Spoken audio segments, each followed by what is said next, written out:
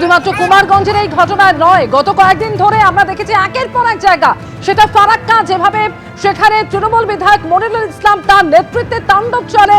এরপর চাকুরিয়ার ঘটনাও দেখেছি আমরা, এবং এরপর একে একে বাসন্তী, সন্দেশখালী, ইটাহার, কোথাও শুনানি কেন্দ্রে তাণ্ডব, প্রতিবাদের নামে ভাঙচুর চালানো হয়েছে। আর এবার কুমারগঞ্জ, যেখানে মার খেলেন খোদ মাইক্রো অবজারভার, একজন সরকারি আধিকারিক, তিনি এভাবে তার কাজ চলাকালীন মার খেলেন।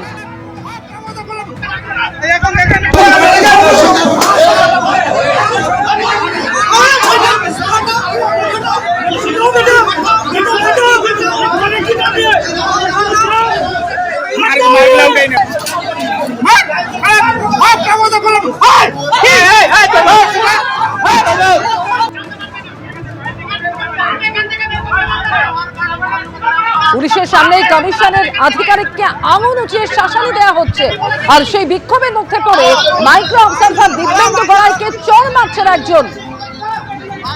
হাত জোড়ে ক্ষমা চাইতেও দেখা যাচ্ছে ওই মাইক্রো অবজারভারকে। ইতিমধ্যে এই ঘটনায় বিএলওর কাছে রিপোর্ট তলব করেছে নির্বাচন কমিশন, এবং আক্রান্ত ওই মাইক্রো অবজারভার এসপিকে ইমেলে অভিযোগ জানিয়েছেন। বিডিও অফিসে আচমকা চড়াও হয় 80 থেকে 90 জন। বিডিও অফিসে ঢুকে আমাকে নিগ্রহ এবং প্রাণনাশের হুমকি দেওয়া হয় বলে অভিযোগ করেছেন তিনি। আক্রান্ত মাইক্রো অবজারভার দিব্যেন্দু গড়াই, তাকে চড় মারার ঘটনা ঘটল। ছবিতে একেবারে স্পষ্ট দেখা যাচ্ছে সেই ঘটনা। একের পর এক ফর্মে সই করছেন এবং পাশে অনেকে দাঁড়িয়ে, তাদের মধ্যে একজন চড় মারছেন ওই মাইক্রো অবজারভারকে।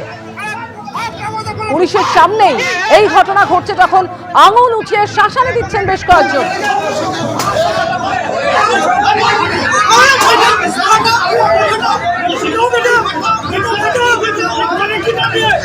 ইতিমধ্যে পুলিশ সুপারের কাছে অভিযোগ জানিয়েছেন তিনি। আচমকা 80 থেকে 90 জন চড়াও হয় এবং বিডিও অফিসে ঢুকে নিগ্রহ এবং প্রাণনাশের হুমকি দেওয়া হয় বলেও অভিযোগ করেছেন তিনি।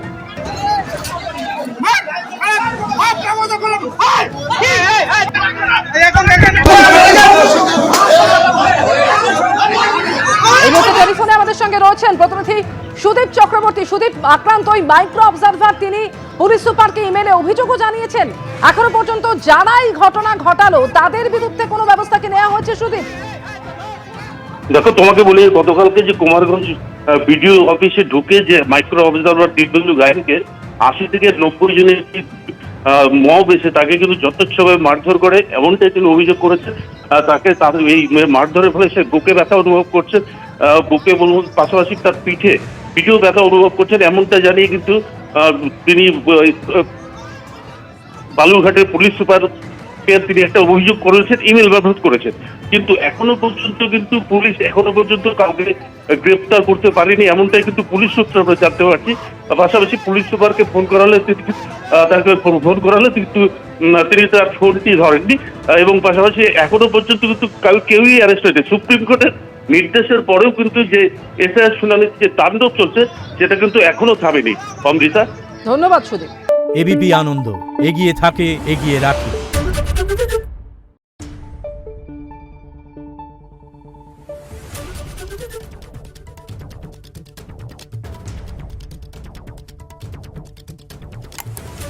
Thank you.